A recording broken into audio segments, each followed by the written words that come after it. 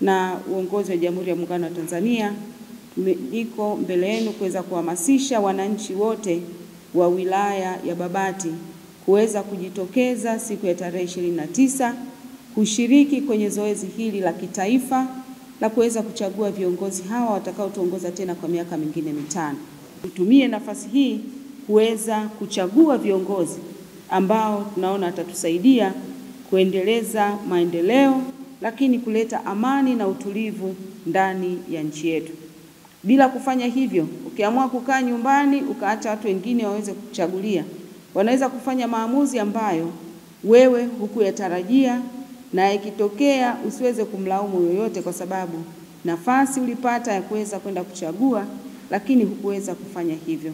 Waende wakajikite kwenye masuala mazuri ya kuweza kujenga nchi yetu. Nchi hii ni yetu sisi na hatuna nchi nyingine. Tukiharibu hii Tanzania, hatuna pengine pa kukimbilia.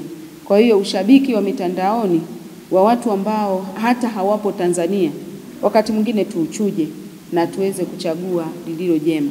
Tukiwa ndani humu ya kwetu yanazungumzika, si tuko ndani, tunaweza kuzungumza, lakini tuachane na ushabiki wa mambo ya kwenye mitandao. Sisi ni kama tuliokaa kwenye tawi la mti. Sasa tusikate tawi ambalo tumekalia.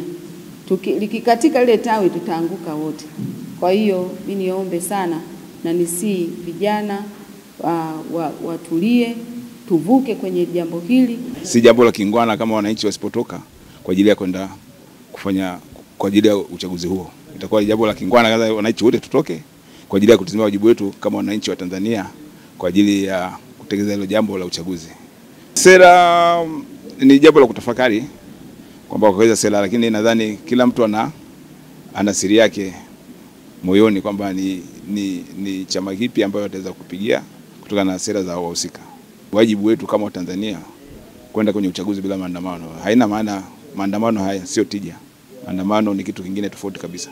Waandamane kwa wakati ule, lakini sio wakati wa uchaguzi. Mimi kwa maoni nashauri uchaguzi wa haki na huru, na vile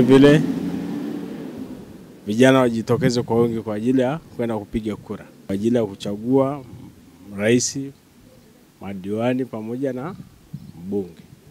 Uchaguzi wa mwaka huu uko vizuri na kampeni, wagombea wamenadi sera zao ni vizuri na serikali imefanya kazi vizuri. Tunaona matokeo, sio kitu cha kujiuliza. Ndio maana tunahamasisha vijana wajitokeze kupiga kura kwa ajili ya maendeleo ya nchi yetu. Sababu kura ni haki yako.